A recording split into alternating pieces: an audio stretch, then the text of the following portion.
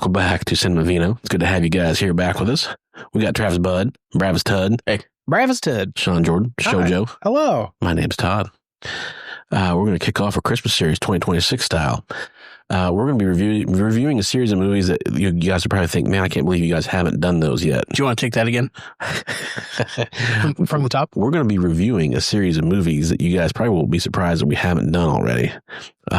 Starting with Elf, our first entry. I don't think of Elf as like a short list of Christmas movies, but it's funny because a lot of people do, but it's polarized. Some people don't. So yeah, I think it came out in 2003, right? Yeah, I think there's very much like a before and after. Like if it was a Christmas movie of your childhood, then you think it was a Christmas movie. Yeah. And if you were an adult by the time it came out, yeah, I'll give you that. Yeah, but that was almost 22 years ago. Yeah. Crazy. It's paid its dues. It has. It's done its time. And to go with this movie and the next movie, we're going to be drinking Syrahs, Big Burly Reds. These are both wines that honestly, they might be food friendly. You might be able to do these with something like a pizza, but these are both 15% alcohol. I would say enjoy these on their own. Yeah. They're big, bold. These are Syrahs in a higher gear. They're powerful. So both these are 15%. Todd's trying to get us to take our shirts off. Yeah, I'm going for a deep tissue massage. So far it's working. Yeah, I'm pretty self-conscious because my nipple color does not match my lip color. Yeah, so I mean, I'd say mauve. You have kind of a mauve tone, but that could be maybe nipple or lip. Yes, they don't match. They don't match? Well, one's mauve, one's off mauve. Yeah. I'm usually busy kissing one of them, so I can't tell. So I'm too close up. Yeah. You try to get both at the same time. God love you for it. Yeah. So anyway, this we're drinking Syrah. A little bit of background on Syrah. So one of these bottles is going to say Syrah from the Central Coast, Paso Robles. The other one is going to be the one we're doing next week for next episode is Shiraz from Australia. Syrah and Shiraz are the same thing. It's two different ways to say the same grape. So tomato. Yeah. So commonly you will see Australian wines referred to as Shiraz because it sounds very Australian to say Shiraz. Stuff you see from California will be Syrah. But just know that whatever you see with that name, they're the same thing. It's a warm climate grape, right? Mm-hmm. Does Italy have a comparable Syrah?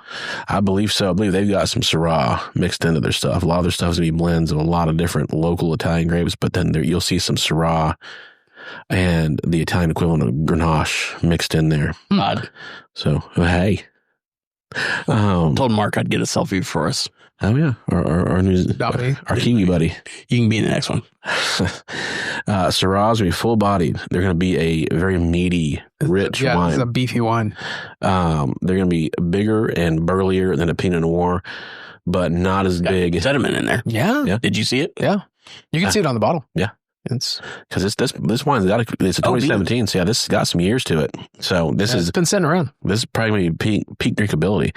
With that 15% alcohol, it will have some age. Like you could put some age to it, because a lot of times that higher ABV will give it the extra body it needs to sit in the cellar for a while. Yeah, it's not super tannic. It's not like that chalky. No, it almost has a zen, like a jammy feel to it. Yeah, so it definitely has that sort of fruit forward, jammy texture, This would pair well with like sausage taquito from Whataburger. Amen. Whew. Yeah, two of them. Yeah. 5 of them. And an HBCB, honey butter chicken biscuit. Yeah. So yeah, these aren't quite as burly as a Cabernet, but they're much bigger than the Pinot Noir. A lot of times, American Syrahs, you'll get more of a rich peppery flavor. I've heard it said that Australian wines will have a little more of a vanilla or cinnamon type, had that little hint of like mulled wine kind of thing going on. So, which is great for holidays. Yeah. So I've got some mulled wine in my fridge. Yeah. Yeah. So, Or, warm it up. We'll add some spices to it, or is it already I think it should already be spiced. I just got to warm it up. Yeah. Okay. It was a gift from a coworker. Nice. Yeah. Nice. So a little bit of background on Elf. This came out, November 7th, 2003. So 22 years ago, almost exactly. Back in 2003. Yep. This did 173 million in the U.S. box office, 220 million globally. So against around a $30 million budget. So this turned a strong profit. Pot of coffee. Directed by Jon Favreau. Yeah, this is one of his early entries, right? I believe it was his debut. Was it? Yeah. The butt? Yep. Wait, I thought not Swingers, but what was this? Not the sequel to Swingers, another Vince Vaughn. I thought that was his directorial. I think those are Doug Liman. Are they? Yeah, I believe so. We can look that up. I believe that was Doug Liman. This script was written in the early 90s. Chris Farley was originally going to be pitched as Buddy the Elf. Oh, I like that. Yeah. I like that casting. That could have worked. In this movie, you got Will Ferrell as Buddy the Elf, who basically a human who is adopted at the North Pole and raised there as one of the elves in Santa's workshop. Now, Jon Favreau was a producer in Swingers. Was he? Mm-hmm. Did he direct it? No. But what was That was Doug Liman, right? Am I crazy? Bob Newhart as the adopted Papa Elf. Great cast. Lyman was the director. Yeah. Great cast in this film. I mean, it's just like James Caan is perfect as the grouchy biological father of Will Ferrell. Zooey Deschanel brings that kind of like... This was peak Zooey Deschanel era, too. Yeah. Because when was 500 Days of Summer? Around the same time period, like mid to late 2000s. Mary Steenburgen as James Caan's wife. Ooh. She's the... I got a thing for her. She got shape to her. Yeah, she is perfect as the kind of the kindly balance to James Caan's asshole dad. And then you got Ed Asner playing Santa. Best Santa. Yeah. Oh. And apparently he turns up in a lot of movies as Santa. So Best gargoyle. Yeah. Amen. Yeah, he is a good gargoyle. So when he was also the balloon guy. Oh, he was. Like one of the best casting in the Pixar universe. Is Made the movie you're thinking of? yes. Made. That was his directorial debut. Okay. It's not a sequel to Swingers, but it was a... The tagline is literally Singers meets The Sopranos. Yes. So this has been his second film. 6.3 on IMDb. Yeah. Yeah, not as good as Swingers. He did some other like smaller stuff, but I think that's the only one that actually had Anything to it. So this was filmed primarily, the exteriors were filmed in New York City, as you can tell by watching. The interiors are actually filmed in British Columbia. So two different sides of the hemisphere for indoors and outdoors. So, If you want to feel old, Will Ferrell was 35 when he filmed this movie. wow, that's crazy. Yeah. A great casting. He does a great job. I'll be 35 next year. Cool. Mazel tov. So yeah, supposedly behind the scenes, Will Ferrell and James Caan did not get along. I can't sanction my buffoonery. Which, for those of you out there, check out Jim Carrey talking about Tommy Lee Jones on the set of Batman Forever. Oh, God, yeah, him running into him at a restaurant. And you can, like, when Jim Carrey tells the story, you can hear Tommy Lee Jones. Can't stand you. I cannot sanction you on buffoonery. He practiced that in the mirror. Yeah. So yeah, Will Ferrell and James Caan did not get along. Supposedly, Will Ferrell and Jon Favreau did not get along behind the scenes. That's why they haven't done a sequel. I haven't done another one for that very reason. James Caan said that later after the movie came out and he saw Will Ferrell's performance, he went up to him and said, "I was wrong. You were brilliant. It's perfect. You're perfect for the part." Well, yeah, you do have to kind of be a comical jackass for this role. Yeah. Well, there are certain people for like that comedians just turn them off. Like my mom hated Will Ferrell. She was like, "No, I can't watch it. I can't like anything that he's in." Yeah. So and I thought he was hilarious. I think Anchorman is great. Yeah. I've never seen Anchorman 2 because I didn't want to do that to myself. You're not anything. Nope. Yeah. I didn't want to sully. Yeah. The original. So yeah, I mean, basically, I described the premise kind of, but it's like, a human gets adopted North Pole, goes to New York to find his adopted or his real biological father. And it's a fish out of water. He has to figure things out, but also teach people, his kind of weightless joy. The meaning of Christmas. The spirit of Christmas. Yeah. And As with any Christmas movie. maple syrup on spaghetti. Yeah. There you go.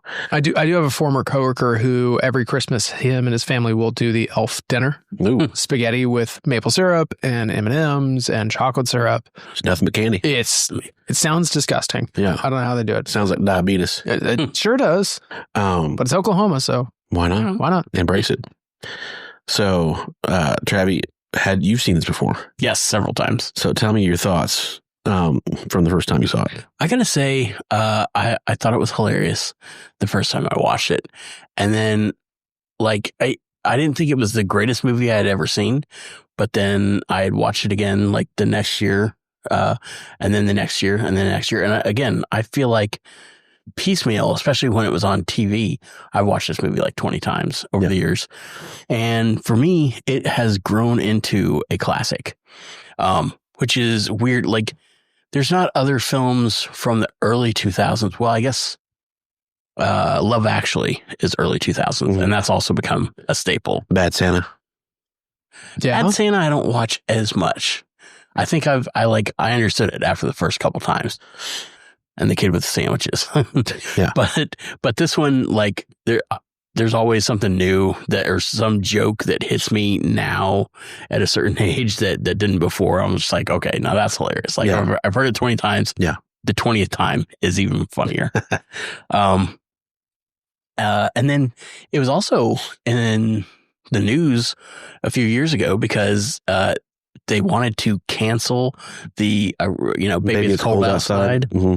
And they would always use the clips from this film. Like, oh man, this is creepy. This guy's trying to get this girl to stay. And anyway, they were, I remember it, all the news stations using clips from this movie and the lyrics underneath. Which news stations, huh? Which news stations cared about that? Who's Anthony? The news stations? I don't remember. Yeah, I remember that controversy though. Yeah, that was the thing. Just giving you controversy. Yeah. I love that they have out of nowhere at the North Pole, like the little claymation, like Arctic puffin and the narwhal. Kind of raking bass. Yes, I love the little. Bye, buddy. Yeah. Hope we'll find your dad. I think that line has stuck with me more than anything. Yes. Yeah. Want to pick snowberries? I wish they had more of that in the movie. Yes. Yeah. If he had brought one of those like with him as like, if there's like a reprisal. Exactly. And then people were like, what the fuck is that? Yeah. They would just bleep it. Like, and James Caan, what a perfect Ebenezer character. You're like, yeah, that guy's an asshole in real life.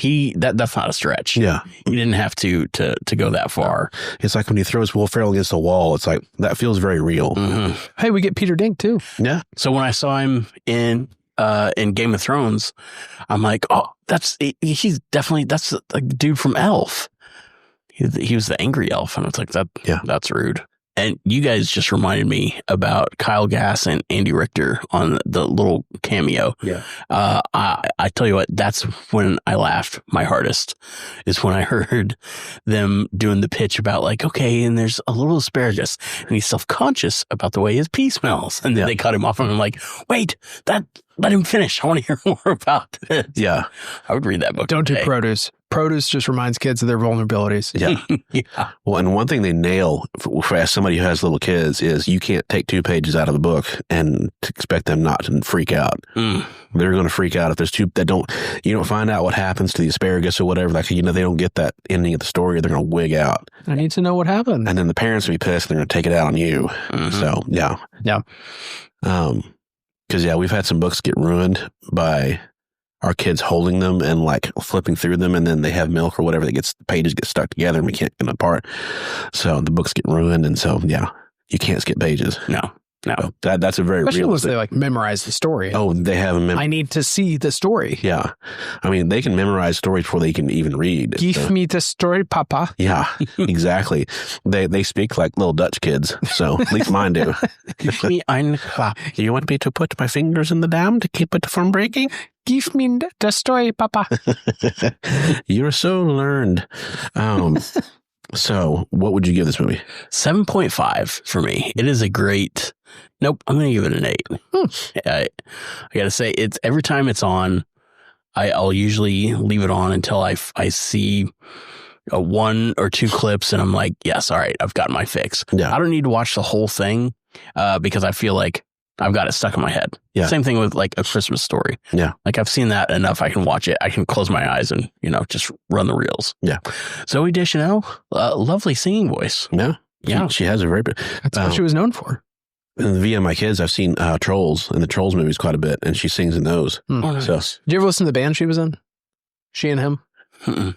I don't believe so. No, I it was- recognize that band I name. feel like it was big around like 2007, 8, 9, that kind of era. I think they only had 2 albums. It was good. Yeah, she has a very pretty voice. Yeah, she does. Have you seen the picture? It's a meme about her like face to bangs ratio. Mm-hmm. It's Yeah. a 1-to-1. The Yep. bangs are exactly the size of her face. Yeah. It's great. As And then- someone with a big forehead, I can commiserate. And then they show her with her hair pulled back and not wearing glasses. You're like, It's a different. I understand Superman and Clark Kent now. Yeah. That's a different human being. Mhm. Yeah. Yeah. I mean, if she like without the bangs introduced herself to me, I'm like, no, you're not Zooey Deschanel. Yeah. No, don't fuck with me.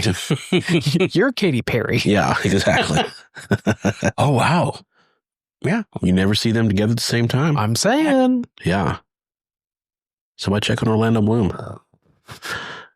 So Sean, For like loss. Yeah, no, I think the first time I saw this movie, I was a babysitter. This would have been probably 2005-ish. yeah, I was babysitting some kids and they wanted to watch this new movie, Elf. yeah, And I was like, oh, that's not a Christmas movie. Yeah. It just came out. Yeah. I don't know. In my mind, Christmas movies came out like when I was a kid. Yeah. Right. Mm. Or came out before that. We're out in like the, 60s. You got Island of Misfit Toys and you got, Rudolph's, yeah. Dr. Seuss. Dr. Seuss. Yeah. It's the classic Christmas movies. They didn't come out in 2003 when I was alive. Yeah, So I don't know. I think it took me a while for me to appreciate it, but like you said, it grew on me. I do think it's a classic Christmas movie now. Definitely in the zeitgeist. I think, like I said, everyone quotes it all the time. Bye, buddy. Hope you find your dad. You Buddy hear the it Elf, all the what's time. your favorite color? I don't know. I think it plays on a lot of the good. It plays on like the Rudolph trope, right? Of the misfit that can't fit anywhere or doesn't fit in with the rest of the people or the elves. But whenever Santa's in a pinch, with his sleigh. who does he need? Yep. He needs Buddy the Elf. Mhm. Yeah. So I don't know. It's a classic Christmas story. It's fun. It's kid friendly. It's not a movie you have to be a kid to enjoy. Like it's got jokes that you can appreciate as an adult. Got Kyle Gass. Yeah. Great cast. Of course, Favreau makes a cameo Mhm. because why not? Oh no, yeah. It's like Hitchcock. Who else makes? I feel like Favreau learned that from somebody. Tarantino Shyamalan, M. Night Shyamalan. Mel does it, yeah. Brooks. Yeah. in my Shyamalan. Yeah. Yeah. George Lucas pops up in quite a few of his movies. For whatever that's worth. Yeah. As one of the Oh, Gungans. we need a Mel Brooks Christmas film. He's Jewish. Fair point. I mean, it still stands. It would be hilarious. Yeah. It's the Spaceballs Christmas special. I would watch that. Oh, yeah. I'd I watch watched that. the shit out of that. Yeah. Yeah. Yeah. I mean, if the Guardians of the Galaxy get a Christmas special, then I think they can get the Spaceballs Mhm. team one too. I think so. No, I think it's good. I think Zooey Deschanel, Zoe, Zoe. Zoe. Miss Deschanel Mhm. has a lovely singing voice. This was, like I said, this was her prime. She was a rising star at the time. Did you guys watch New Girl? I watched a season Yeah. or two. New Girl's fun. It's a good show. Yeah. This would have been a great film to just have like some out of place nudity in the shower scene. We were just like, what? What is? I thought this was a family. Well, cool. Yeah. This was a children's movie. A little bit of National Lampoons. Yeah. A little bit of Porky's. Yeah. And trivia note: Zoe Deschanel, her dad was a cinematographer, famous cinematographer, who shot one of your favorite movies of all time, The Natural. Oh, I love that movie. No, With Robert Redford, young Robert Redford. and say what you will, it's a good looking movie. Like, Oh, it's a great looking movie. They made Robert Redford look not a day over 39. yeah, even when he's supposed to be playing 19. Yeah. Her sister was also Bones. Bones. Mhm. Yeah. Emily Deschanel. Deschanel, so yeah, quite the family. Yeah. I I would give this movie a 6.5. Yeah. I'm not going to go out of my way to watch it. I'm never going to go out of my way to watch it. I don't think it's like a must watch Christmas movie for me, yeah, but it's a good one. And if it's on, I'll sit down and we'll watch it. And I appreciate it. yeah, But it's definitely like a popcorn movie. Yeah. It's just kind of it's there. I'll give it a 7. Yeah, Sure. I'm in that ballpark. Okay. And, we'll call that a soft 7. I think it hits that kind of schmaltiness that you expect for a Christmas movie where everybody's singing their carols at the end, holding hands and finding the meaning of Christmas. Yeah. So it hits the classic Christmas movie trope of that, of like, it's a wonderful life and, Merry Christmas. It's like, it does that same thing of like, it makes everybody believe, Miracle on 34th Street. It's part of that family of movies, that like, you hear that? An angel's got his wings. It's the cynical people who learn how to love again, kind of thing. Yeah. So. I love all the, him screwing up as an elf. He was like, well, I can only build 50 of these. And they're like, we're at 200. Like he's going at superhuman speeds. How many have you done? 85. And then him doing the Jack in the Box. Yeah. Like, I love that. Yeah. Whole sequence. Okay, what I don't understand is when he goes to New York and he does the snowballs, he has superhuman speed with snowballs. Yeah. Where did he pick that up? Because the whole point was that he had he didn't have elf speed and he was a human and he was limited by his human body. It was, he got elf magic through osmosis. He picked up a little bit because he can do crazy, stuff. So he's got skills. Yeah. Well, I think in D&D you would call that a snowball bonus. Like he gets to roll extra dice when it comes to snowballs. +2 or advantage with snowballs. Yeah. Interesting. Yeah. Yeah. I will say this movie visually aged very well. Mm-hmm. I think it doesn't look like a movie from 2003, but at the same time you can watch it and be like, okay, this was set in 2003. Yeah. Because no one has phones. Yeah. But I think it doesn't age itself. It doesn't feel like it's a movie out of time. No. And I think that's why a lot of people go back to it every year. That I've heard of a lot of people who watch it every Christmas, or it's people who have it in their rotation because it does have that kind of timelessness to it. So yeah, I would give it 7. I think we're all in the same ballpark, kind of different sides of the scale. Yeah, but yeah. All within a little margin of error. Yeah. Standard derivation. Yeah, we're all about rounding errors here at Cinemavino. That's right. I feel like I give everything a 7, so I had to give this one an 8. Yeah. I'm like, yeah. Yeah. I mean, it shows you it's got that little something extra to it. Razzle dazzle. Maverick and Right Hand Man, 2017 Syrah. This is pretty much ready to go. I bet in another year or two this will start its downhill slope. So, is 8 years about the right time frame? For this one, yeah. I mean, as big and bold and high alcohol and high fruit that it is, I'd say this is probably its peak right now. How hard was it to find this vintage? Not that hard. I mean, looking through the Syrahs, there's quite a few of them because they hold up so well. You'll see Syrahs that have older years to them. So, it's common to see 17, 18s, stuff like that you won't necessarily see in other grapes like Pinot. So, if you're looking through your Syrah section, you could probably find some older wines just because they do hold up well. So, this is about $20, so a pretty good deal. Yeah. And yeah, be sure and tune in next week. We're going to do Home Alone. So, I've watched that so many times with my son this year. I did not have to rewatch it for this. I bet I've seen it 5 or 6 times this year. So, just this year? Just this show. He's in Noah's 1 and 2. Yeah, is he just waiting for you to go on vacation so he can beat Home Alone? Just destroy the house. Yeah, he doesn't even need a blueprint for that. He already knows how to do that. I'm not afraid anymore. Oh yeah, he's gone through obsessions with 1 and 2. So I've seen both of those films quite a few times this year. So yeah. Does he point at that guy and just go like, "Hey, that's the president, isn't it?" Oh God. No, we've gently skipped that part. Oh, good. Yeah. So, got Travis Budd. Hey. Sean Jordan. Hey. Show Joe. And my name's Todd. And we will see you guys next time. Great movies, much drunker. And have a good night. Merry Christmas.